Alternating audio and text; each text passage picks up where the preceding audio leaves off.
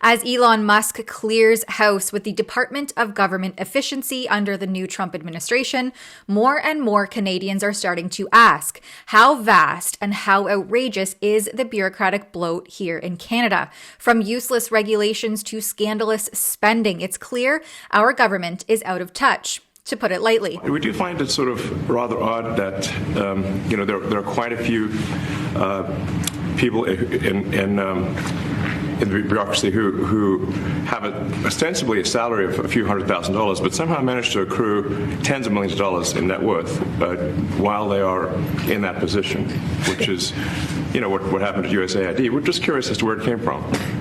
Maybe they're very good at investing, in which case we should take their investment advice, perhaps. But there seems to be mysteriously they get wealthy. We don't know why. Where does it come from?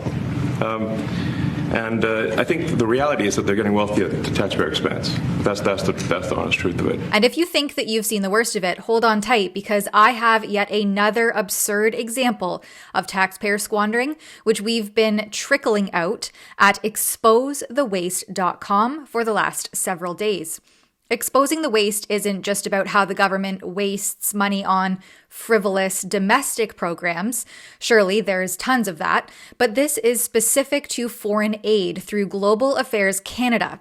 And in today's reporting, I'm going to show you how they're sending millions of Canadian taxpayer dollars to a one-party communist state that violates basic human rights. Since 2022, the Trudeau Liberals have been sending $4.6 million to Cuba. And before you think this is for something reasonable and logical like emergency aid, let me tell you exactly where your money is going. The money is being spent under the title She Produces Too, Cuba Food Security, which sounds great, but they'll update the participatory gender analysis of cooperatives and organizations within Cuba's agri-food sector. That's right. Instead of feeding the people, improving their lives, or addressing the real issues they face, our government is pouring millions into teaching about gender roles and positive masculinities. This is a funding initiative that will span 5 years until 2027. And wait, there's more. The funding will also go towards launching a gender equity campaign focusing on women's leadership and positive masculinities within the local food systems. This might sound progressive to some, but it's utterly absurd when you consider the real conditions people in Cuba are living under. Cuba, a country that just faced a water contamination crisis in the Matanas province, where two of the most vulnerable communities receiving these funds reside, has people living with water shortages due to aging infrastructure. In fact, nearly the entire country is vulnerable to water shortages, yet our government thinks that tackling issues like positive masculinities will somehow help the situation. Meanwhile, the funding is supposedly benefiting 6,300 people, mostly women, from said vulnerable communities. But instead of addressing real needs like providing clean drinking water, improving food access, or assisting in rebuilding basic infrastructure, we're funding DEI nonsense. What's more is Cuba's government outlaws political opposition, bans independent media, suppresses dissent, and restricts basic civil liberties. Why are we funding a regime that curtails the freedom of its citizens when we could be using that money to help Canadians here at home, who pay some of the highest food prices and taxes in the world and are lining up in record numbers at food banks? On top of that, Canadian farmers are under increasing pressure from the Trudeau Liberals' misguided carbon tax, as if taxing our way out of climate change is the solution. Meanwhile, food production and distribution are being taxed to the breaking point. Our agricultural industry is being pushed to the brink, yet our hard-earned tax dollars are being funneled to Cuba for positive masculinities in the local food system.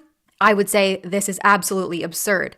Instead of tackling the serious food security and infrastructure challenges Cuba faces, the government decided to prioritize gender analysis, giving it a nice price tag of $4.6 million, the same money that could go back into the pockets of Canadians struggling to put food on the table for their families or, heat their homes in the winter. And hey, maybe even the Canadian farmers struggling to survive amidst skyrocketing costs. When you think about all of these nonsensical programs and the vast amount of taxpayer dollars funneling into them with no accountability, no tangible outcomes, and absolutely ridiculous ideological agendas, doesn't it make you question how far this bureaucratic waste really goes? It's time to stop this madness. Head on over to exposethewaste.com to learn more about how our tax dollars are being misused and to join the conversation about where our government should really be focusing its efforts. We have the power to demand better. Let's make sure our money is spent on things that truly matter. For Rebel News, I'm Tamara Ugolini. If you appreciate our work on this file and would like to support it, please go to exposethewaste.com. There you can also learn more about how our tax dollars are being abused and misused. That's exposethewaste.com.